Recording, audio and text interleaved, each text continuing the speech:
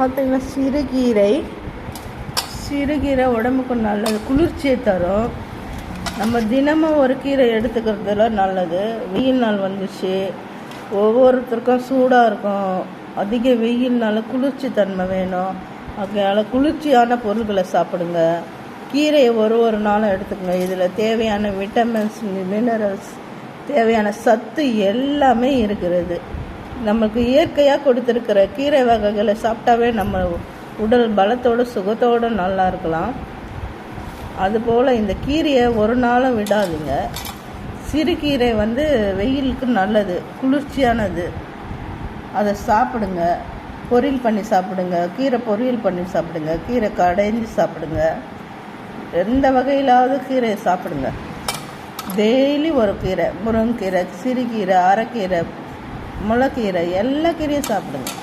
கீரையில் இருக்கிற சத்து போல் எதுலேயுமே இல்லை. இந்த கீரையில் அவ்வளோ சத்து இருக்குது.